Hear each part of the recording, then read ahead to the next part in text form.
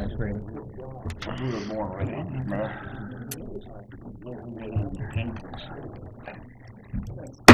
Call the meeting to order. Miller, Yes. Nichols, Yes. Lush, Yes. Bott, Yes. Williams, Yes. First item on the agenda is approval of minutes. We have minutes from March 24, 2014. This is the work session. I move approval of those minutes. Miller, Yes. Nichols, Yes. Lush, Yes. Bott, Abstain as I was absent. Williams, Abstain. And then we have March 24, 2014 regular session minutes. Move approval of those minutes. Second. Miller, Yes. Nichols, Yes. Lush, Yes. Bott, Abstain as I was absent. Williams, Abstain. Under resolutions this evening, we have bill number 2014-22, a resolution authorizing the city manager to enter into an agreement with Presser Performing Arts Center to assist in providing services to citizens. This is up for reading and passage. Bruce? Yes, Your Honor. This agreement is a new form of agreement with Presser. I think it's been 2 years, I want to say, that we've talked about a different arrangement, and council had asked that we look at that, and we have. And so to cover the details, I will turn to Chad Shoemaker and the direction that this has gone. Thank you, Bruce. The attached resolution authorizes the city manager to enter an agreement with Presser Performing Arts Center to assist in providing services to citizens. The 2013-14 budget allows for the city to contribute a sum of $10,000 for their use in providing programs and activities to the citizens, and we have provided that level of assistance to Presser Performing Arts since 2002. If you recall, the council brought this to us a couple years ago, and the original agreement was based on some advice from an arts consultant out of Colorado a long time ago to help develop community theater in the city of Mexico. And so it was set up that way. The city ran community theater, and I think it was Councilman Williams first brought this up a couple years ago as to why are we doing it this way, and it really didn't make any sense anymore. So Lois Brace is here tonight, and I think some Presser board members. So we sat down at the table and we tried to figure out how to make it more like what we do with the Historical Society, more like what we do with Miss Missouri. And the contract in front of you essentially is pretty much identical to those other contracts. There's a few new stipulations in there, like they'll provide us with a letter every year kind of explaining, you know, what services they provided to the community and what their budget was. That's new. The other thing that's new in there is that we worked hard together to create a merger in between the community theater group originally started by the city and Presser, so that the city could get out of the business of producing plays. So as a result of this contract, our amount of support for Presser stays the same, but the gate fees that we used to budget into our budget as a wash will no longer exist. So there's going to be a couple lines literally come out of the budget will be zeroed this year. That Presser will at this point, they'll now start taking on those responsibilities of those things. They'll also collect the gate. And if you remember every year at budget, those things were always a wash. We would budget so much money to spend, it would take so much in at the gate. So essentially, we're just transferring that wash from one agency to another. The rest of this is pretty standard as far as us using days. Lois and I basically came to the deal in the end that, you know, we know the city's going to need a couple of days here and there, and that we'll simply, you know, work with them to schedule those things like the Public Safety Awards or Bluegrass Jam, as long as the time is available on their schedule, and we don't abuse how many days we're asking for. We'll just work those times out, and then there won't be any third-party use of those days because we don't actually have a specified stipulated day. Does that make sense to everybody? How many days are you talking about? It used to be like 80 or It used to be 80, but Yeah. the basis of that was providing community theater. Right. You know, so we really don't have need for maybe more than 2 or 3 days outside of that. And we'll still be able to use Presser for those, you know, couple events that we have over there. And we'll just have to schedule them through Lois, as long as the time is available on their schedule. And we'll work that out with them. And we've been partners for a long time. I don't see any problems with that. Is this gonna be an annual contract? Yes, So if there are scheduling problems in the future, they can be. we can always put it back in. Mhm.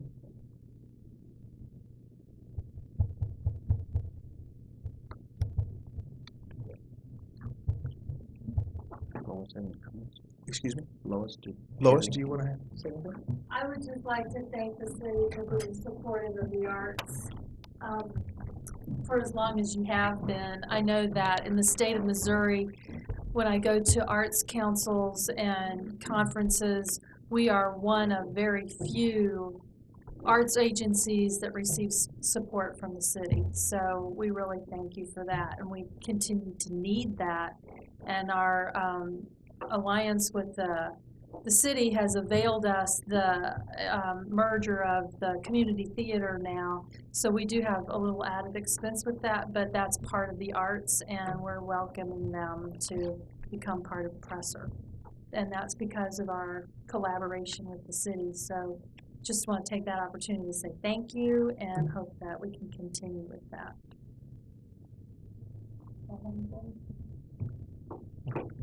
Thank you, Lois.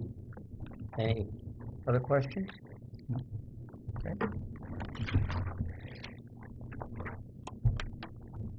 Number 2014-22. Second. Miller, Yes. Nichols, Yes. Black, Yes. Bob, Yes. Stevens, Yes. Bill number 2014-22, a resolution authorizing the city manager to enter into an agreement with the Presser Performing Arts Center to assist in providing services to citizens. Whereas the City of Mexico recognizes the many benefits provided by the Presser Performing Arts Center to citizens, and whereas the City of Mexico acknowledges the need for programs and activities, and whereas the City of Mexico and Presser Performing Arts Center desire to enter into an agreement to continue to provide these services, now therefore be it resolved by the Council of the City of Mexico, Missouri as follows. Section 1, the city manager is hereby authorized to execute an agreement with the Presser Performing Arts Center to assist in providing services to citizens. Section 2, this resolution shall be in full force and effect from and after the time of its passage. I move for passage of bill number 2014-22. Second. Miller, Yes. Nichols, Yes. Black, Yes. Bob, Yes. Stevens, Yes. Okay, the next resolution we have is Bill number 2014-23, a resolution authorizing the city manager to sign a hangar lease with Audrain Flying Club Incorporated. This is up for reading and passage. Bruce? Yes, Your Honor, this lease is with the Audrain Flying Club. This hangar is the same hangar. It is in essence a change of the register agent for the company. To cover the other details, I will turn to Russell Rudd. Good evening. As Bruce mentioned, the unfortunate death of Bob Westfall, who was the registered agent of the Audrain Flying Club, left the president's position open. His son has changed that to be in his name, Brian. We allowed some time for him to be able to fix it with the Secretary of State's office and become the president of it, which he would sign for this as well. It doesn't change anything. It's the same monthly rate of $80 at the hangar. It's hangar number 6. I recommend that this be approved. This is just a change of name, right? Yes, sir. I move for reading of bill number 2014-23. Second. Miller, Yes. Nichols, Yes. Black, Yes. Bob, Yes. Stevens, Yes. Bill number 2014-23, a resolution authorizing the city manager to sign a hangar lease with Audrain Flying Club Incorporated. Whereas the Mexico Memorial Airport currently rents a hangar to the Audrain Flying Club Incorporated, And whereas due to a recent change in officers for the corporation, an updated hangar lease will be necessary to bring the city's records up to date. Now therefore be it resolved by the Council of the City of Mexico, Missouri as follows. Section 1, the city manager will be authorized to enter into a hangar lease on behalf of the City of Mexico with Audrain Flying Club Incorporated. A copy of the hangar lease is attached and marked as Exhibit A. Section 2, this resolution shall be in full force and effect from and after the time of its passage. I move for passage of Bill number 2014-23. Yes. Yes. Yes. Yes. Okay, the next resolution we have is Bill number 2014-24, a resolution authorizing the city manager to sign change order number 1 with Innovative Roadway Solutions for the 2014 Micro Seal project contract. And this is up for reading and passage. Bruce? Yes, Your Honor. When we received bids to do the annual street maintenance work, we had received very competitive good bids, and that has allowed us to consider doing some additional work. And to cover what we are proposing to do, I will turn to Kenzie Ronson.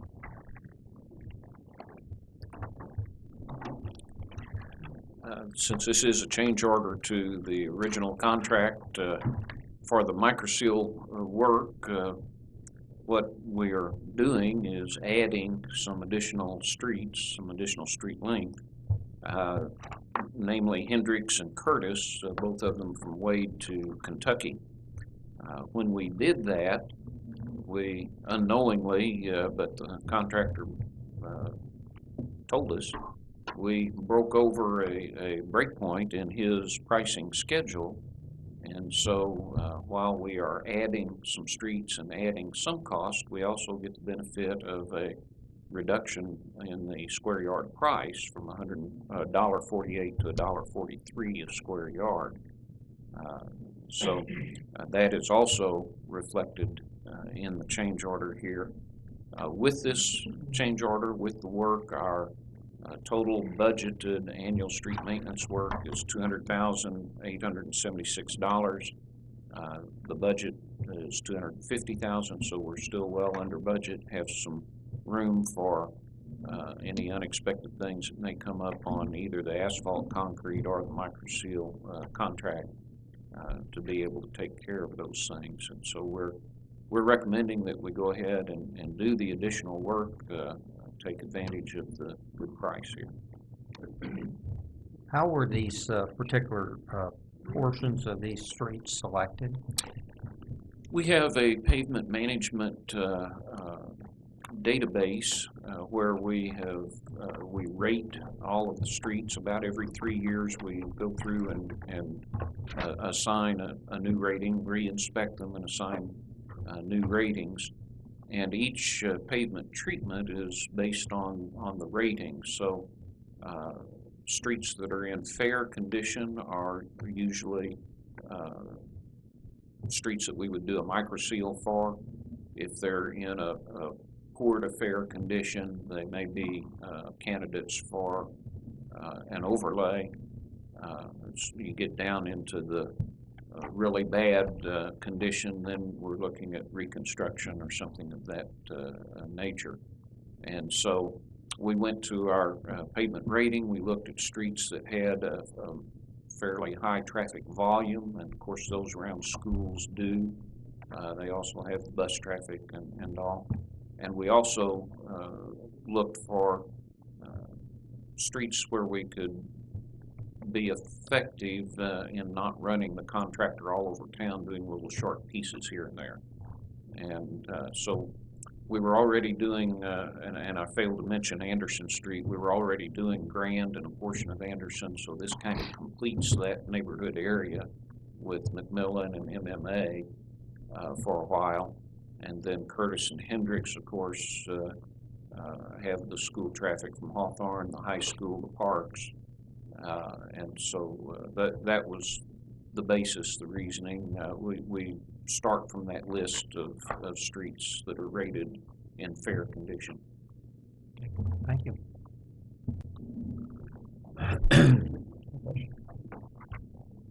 I'll make a motion, I read bill number 2014-24. Second. Yes. Yes. Yes. Yes. Yes. Bill number 2014-24, a resolution authorizing the city manager to sign a change order number 1 with Innovative Roadway Solutions for the 2014 Microsoft project contract. Whereas the change order number 1 with Innovative Roadway Solutions will adjust contract quantities and the contract time to affect additional work to be completed on Hendricks, Curtis, and Anderson Streets. Whereas change order number 1 will add $29,575.80 to the contract amount and add 7 calendar days to the contract time. Now therefore be it resolved by the Council of the City of Mexico, Missouri as follows. Section 1. The city manager is hereby authorized to sign a change order number 1 to the 2014 Microsoft project contract on behalf of the City of Mexico with Innovative Roadway Solutions to add $29,575.80 to the contract amount. Section 2. This resolution shall be in full force and effect from and after final passage. I move for passage of bill number 2014-24. Second. Yes. Yes. Yes. Yes.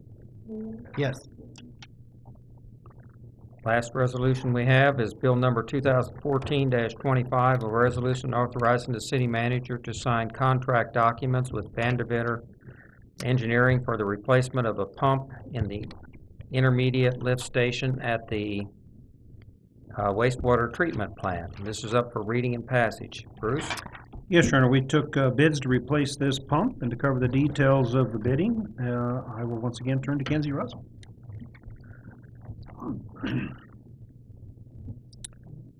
A couple of years ago, we had an emergency situation where the intermediate pump station had 2 out of the 3 pumps fail. And under emergency provisions, we had Vandeventer replace those 2 pumps. The design of the intermediate pump station is such that 2 pumps will pump the peak flow, and the 3rd pump is redundant to be used if we have an issue or a problem. So when this 3rd pump, which is dates back to the early 90s, I believe, when it failed, we lost our redundancy, but we weren't quite in an emergency situation, and so we went through our regular purchasing procedures of advertising for bids, taking sealed bids. As you see there, we got 2 bids. A 3rd vendor declined the bid. The bid from Vandeventer, who had done the previous work, was the low bid. We anticipate that they would be able to get on site and take care of this pretty promptly, as well as we're entering a wet season and time when that pumping capacity is important to us.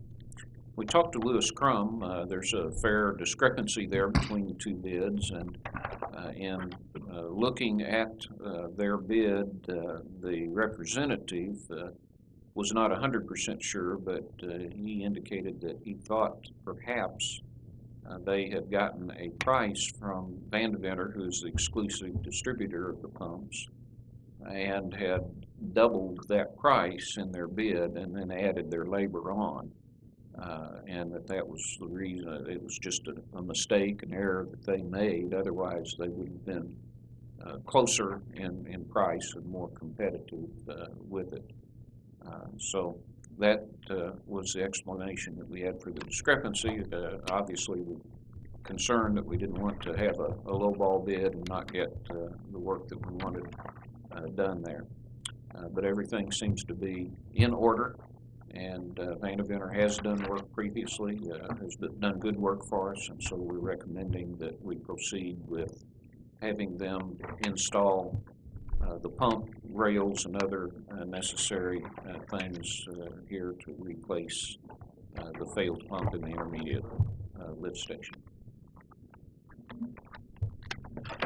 Mayor, if I may, it shows $2,642 per week for bypass pumping. Right. If this is a redundant system, why do we need bypass pumping? Because we have to drain the wet well all three of the pumps set in the wet well, so we can't be using a pump and having Okay. waste in Gotcha. the wet well. We've got to drain it down to be able to do the work. Sure, okay.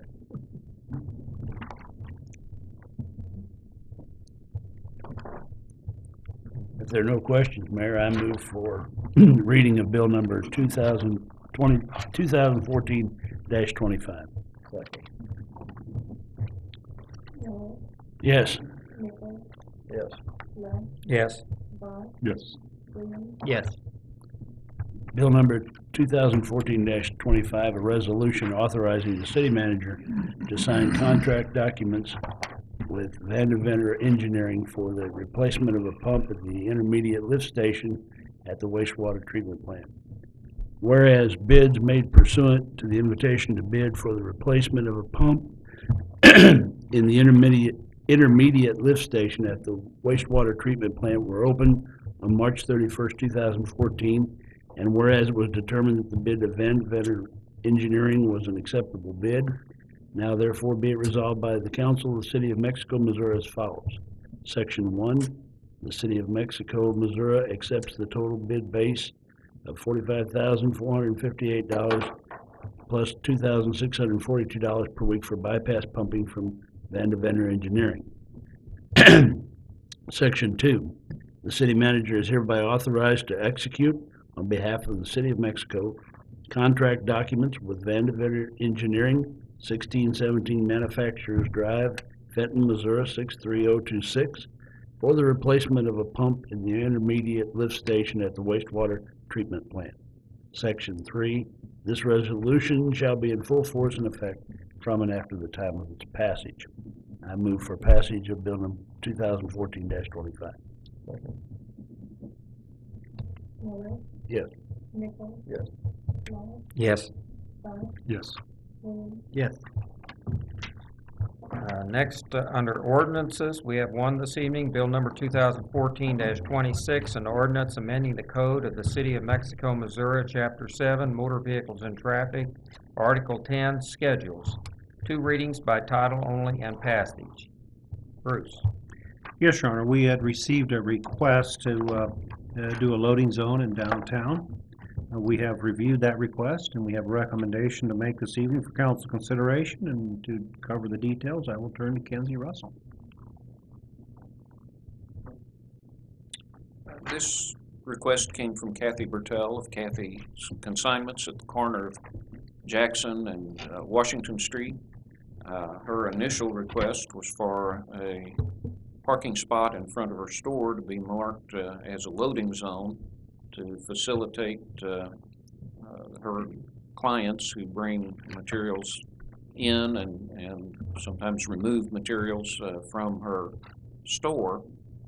Because the parking around the square is highly utilized, and court days particularly can get full, sometimes those folks were having to park some distance away and carry goods a fair distance. We looked at it informally. We have tried to avoid putting specialized, other than the handicap parking, specialized parking around the square, just to try to keep some uniformity for both the public and to help with enforcement of parking and all around the square. So we looked for an alternative, and the spot on Washington beside her store appeared to be a reasonable location for loading zone, and could potentially serve other stores there in the immediate vicinity as well. Wouldn't be exclusive to just her store. We discussed that with Ms. Bertel. She was agreeable to that, thought that was a good solution. In addition, we did some measuring. There is an unmarked blank spot, if you will, there at the corner in front of her store that people sometimes park in, but hasn't ever been striped. And in measuring it out, there's enough room to stripe a spot in there. So the net result is that in the downtown area, even though we would take one spot for a loading zone, we would still have the same number of parking spots available by creating this additional spot. And so that all seems like a workable solution for both the city and what we're trying to do with parking and traffic enforcement, as well as a solution for her. As a result, we're presenting this amendment to the traffic schedule to add the loading zone there on Washington Street, immediately south of Jackson.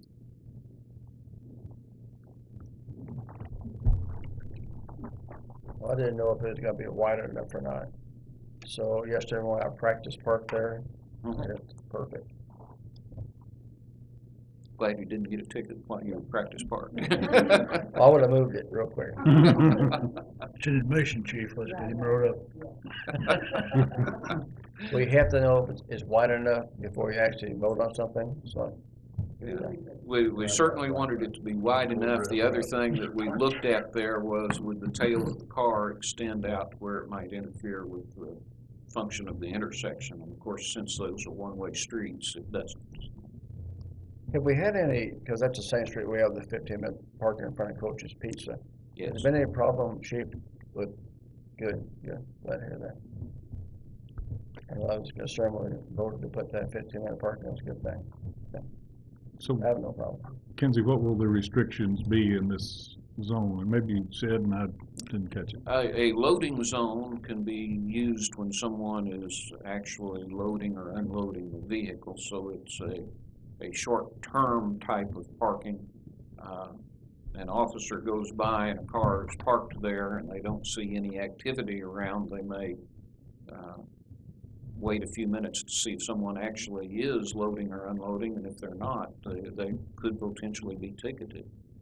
On the other hand, if they're obviously carrying things in and out, or you step inside the store and say, hey, whose car is that, somebody identifies it, then my guess is from the enforcement standpoint, they'd be all right. So it will be signed as such. It'll be signed as a loading zone. That's similar to what we've done for Stubblefield over here on Cole Street. There's a loading zone established there as well. We've also got Washington as well. There's SOS. one at SOS. Yes. I am curious about this. I drove around the square at 6:30 this evening, and that spot was taken up for parking. And there's a lot of restaurants in that area, Mhm. and it's always full. Mhm. So It we're taking a tends to be. spot out of an area that's highly utilized, particularly in the evenings. But we're adding one right there around the corner, about 20 feet away. Yeah, I know, and I've walked that. I know what you're talking about. I guess I'm curious, and I've read this in the notes here. It's a loading zone for Kathy's Consignments or any business that wants to use that down there. But most of those businesses are open between 8 and 5, Mhm. correct? Or are they open later? I think most of the retail businesses do close at 5, other than when they're running special evening, the Thursday night things or whatever. So I'm curious, is there a possibility that we could put that it's a loading zone only between 8 and 5? And leave it as a parking space in the evenings? Because that street is full. I don't know, I frequent there once in a while. It's full tonight. Well, it's full tonight, right? Uh, And we're taking a spot there. I know you say people have to walk, but, some people can't walk. Sure. And yes, that certainly is within the powers and prerogative of the council to do. We would have to, I think we'd have to not pass this tonight, because we'd have to go back and create a new traffic schedule, because the current traffic schedule for loading zones doesn't have a limited time Well, on I it. was just curious. Maybe they all need to have that downtown, but around that part, the other parts of the square, I don't think it's needed. But, we do want to support those restaurants and Sure. in our downtown area, and I think we'd like to see more of it, Yeah. if at all possible. Yeah. But It is. I was just thinking about that as possibly being an alternative. Yeah, I don't know what the we could do it. I think we just have to do it outside, separate. We'd have to redraft the ordinance and all. What would be the, I guess my only concern is the same concern I have with all these spaces is we are relying on the businesses to report this. We don't ticket for this stuff unless we just happen to be around and see it. And no business in their right mind is going to call. I mean, they're not. It's their customers, right? I'm not calling a business. I'm just not doing it. Because if you go to Coach's, those cars sit there. I've been there. They sit there an hour or more. And I've talked to the coach, and he's like, I'm not calling. They could be in my business. I'm not calling. You know? So I guess I'm concerned about the enforcement of it. I mean, is it another one of those where it sounds good, but, you know, if it's just the size of a parking space, which it sounds like it's just a regular car parking space, One parking space. how are we going to enforce that? Especially if you're saying, well, they could be inside the store, they could be. The same way you're enforcing the other parking, when they see that it's in violation, they can take it. Well, I understand that, but we had this debate over the 15 minutes, and I was told, well, we're not going to really do anything unless the owners call. We're not actively going to look for it. That's what I was told on the coaches when we had this debate, like last year when we went back and made it 15 minutes again. Yeah, that's the reason why I asked Scott with them. I think in discussing this with Major Mesco, the preference from, and he was speaking for public safety, I think, Chief, and certainly there's something different, but the preference was for a loading zone as something being easier for them to enforce than a time limited like the 15-minute, because with 15-minute, they have to see the car, mark the tire, then come back around in 15 minutes or whatever to see if it's moved. Where with the loading zone, it's a little easier to step inside a store or whatever, watch a few minutes to see if someone's physically loading or unloading. So their preference was for the loading zone. I'm definitely in favor of the 8 to 5 because, I mean, I don't know who would be unloading after 5 o'clock around there. I mean, there's only places open at restaurants at that point. Yeah, I don't think that's a problem. We just have to go back and rewrite the ordinance and bring it back. If you rewrote it, it would apply to all loading zones that we have now? Not unless you want it to. Okay. Well, technically, with the same idea about the loading zone, after 5 o'clock there, it'd be the same as the one in front of SOS. Mhm. So. Yeah, Or we, the I one mean, right there in front of Summer Fields at the dugout, yeah. we could clean up all of them that way if that would be the desire, the consensus, sure.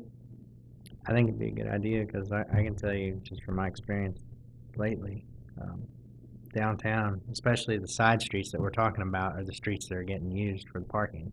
It's not the square itself. The square is just acting as an overflow for those side streets at this point. Depends on the time of day. Well, I mean, for the evening, yeah. Sure, in the evenings, right. And so if you make this an 8 to 5 thing, then you give them the space back for the evening when they are busy. Sure. It's a lot better idea having it on Washington than having it on Jackson. That'd be a bad place up on Jackson at in front of the store. Yeah, we can do that. Be glad to bring it back. Thank you, Kenzie. Mhm. We'll just not act on that. All right. Okay, next, we have, under other business, we have appointment to the University Extension Council. Bruce? Yes, Your Honor. The city appoints one member to serve on the University Extension Council.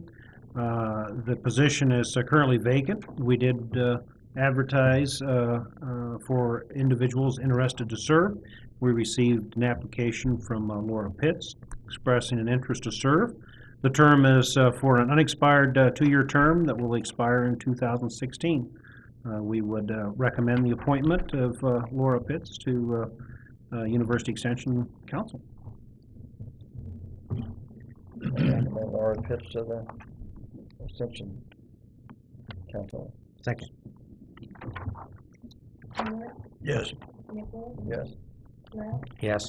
Todd, Yes. Ruth, Yes. Next, we have the claims. Make a motion to pay the claims. Second.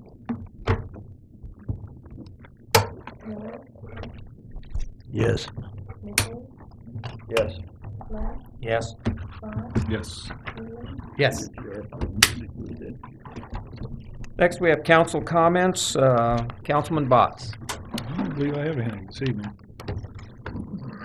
Councilman Williams. I will tell Chief I have noticed a great many more speeding tickets being issued. So whatever you told them, they seem to be out there trying to slow them down. And I noticed that we had another accident with a bus this time out there on 54 this afternoon on the same stretch. Speaking of which, have we moved anywhere with that study, Kenzie? We have not, the original application for funding from MoDOT was not able to be approved. And at this point, they were looking to see if they could fund it under an additional program, a different program. I've not heard anything back from Brian Coulter on that. Given time, I'm guessing that probably go through as well. But I'll check with Brian.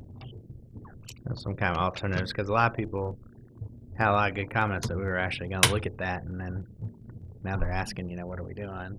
And I try and explain to them. It's just like I had this week. I just had people complain to me about the truck route sign, and I said, if it was up to us, we'd do something different. But it's not entirely up to us. It's the DOT owns that road, so I'm gonna keep the pressure on them. And because what I thought was interesting too is that we got that book, the comprehensive plan, and in there the DOT study says that road, the last time they did the study, was near capacity for the size of road it is. So I would think they would already be looking at something out there if they know it's near capacity and with other stuff growing out. So I believe that's all I have. Councilman Miller. Oh, excuse me, Nichols. Sorry. Did you get rid of that? Back on parking. All the cars parking on Pearl's old lot, is that the courthouse people? Is that business people? Do you have any idea? The county owned lot. Yes, yeah. Portion, I believe that is courthouse employees. Okay. They, Because I thought either a lot of them quit or something, because there's a lot more square place around the courthouse to park now. I think they have moved a number of the courthouse employees over to that corner lot. They Okay. approached us about putting a drive entrance out onto Monroe. There's some issues with where the street light falls and some other things they're looking at to see whether they're worth doing or not. Well, I hope the radio station, that the newspaper both have our comments about how nice it is for the people in Mexico shopping. They have more parking places, and we appreciate that. It's a small gesture that we appreciate. Now, Councilman Miller. Thank you, Mayor. Last meeting, Kenzie, I asked about Platt Street. You were gonna check if there's any problems with the roadway out there. There's not, it's an asphalt street, it's in good condition. We probably need to get over and seal some cracks at some point, but it's a decent street. I had contacted you about the problems on Missouri Street. One with the roadway and then with the drainage ditches along the side. Have you had an opportunity to look at that?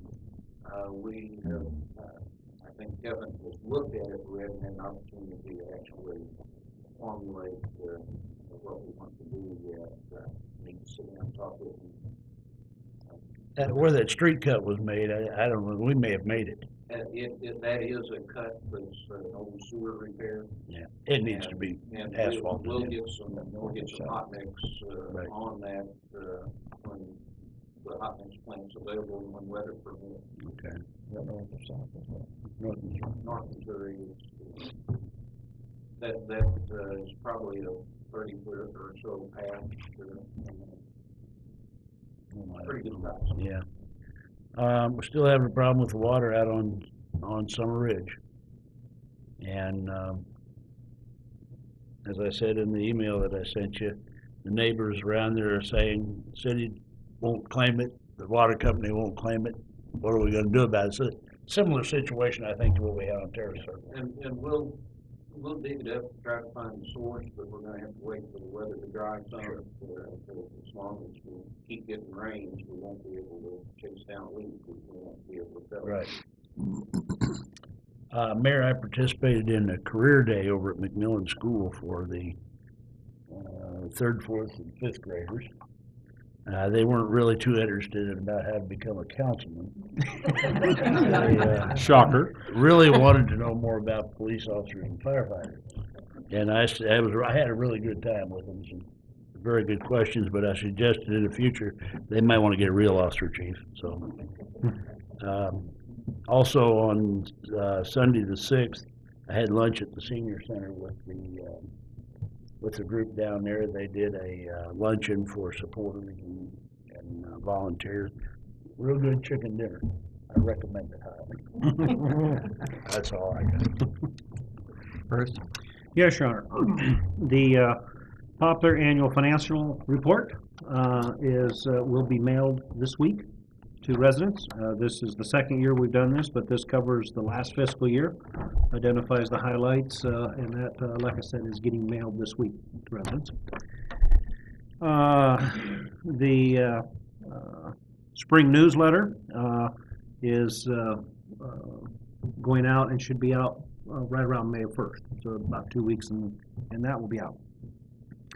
At the next council meeting, prior to the council meeting, will be a work session on the 28th, and that work session will be regarding economic development update, what activities are going on. We do have a special meeting tomorrow evening at 5 o'clock, which is the reorganizational meeting election for Mayor Pro Tem. Following that meeting, we will be taking a new picture for the website, so we'll have you prepared to smile when that's over. That's all I have this evening. Okay. Next, we have public comments. Do we have some public comments this evening? Step to the microphone and... My name's Donnie Kofer. I live at 600 North Washington. I'd like to tell Russ, one of the fellows, who did a real good job on the street. We got washed out again the last big rain. Had equipment up there. It looks really good. They're taking care of it. My thing tonight is, all of a sudden in my neighborhood, and I'm not even sure where they're all coming from, we have a lot of little kids. A lot. And people are flying up and down Washington Street a lot faster than they should be. And I'd really like to see if we can get a stop sign put at the bottom of the hill at Allison and Washington Street on Washington going north and south. I think it would really stop a lot of the people flying through there. I mean, sometimes it gets really bad. I've got a dog, should be a leash, should be on a leash. A lot of times it's not. But the little kids, I mean, it's getting to be, there's a lot of kids there, and it kind of scares me. I've even kind of enlisted some of the older kids in the neighborhood asking to keep an eye on the little ones, keep them out of the street. But I mean, if we could have the police come over there, I've left a parking space open on the south side of my house where they can sit right there. It'd be a great place to nail speeders. I mean, it really would. But it kind of needs to be addressed. And once again, thank you for the work. I do appreciate it. Only other thing, Todd Andelin, you all know Todd, he was one of the chicken people. He was wondering where we're at on the study or if there's anything being done, because he still wants chickens, you know, he does. And I'm sorry, I know you don't want to hear this, Rita, but, you know, really, I was just wondering where we're at on that. Right now, the Planning and Zoning Commission, I believe at their next meeting, or they will be reviewing it. What they're asked to take a look at is, I mean, you can have chickens currently. The issue is you got to be in an agricultural zone, you got to have the setbacks for it. So they've been asked to take a look at that ordinance and recommend any changes to it. And so it'll go there before it comes back to council. This is for Todd. I don't have a concern about chickens personally, but I just wanted to ask for him. Thank you all for your time. And follow the leash law, will you?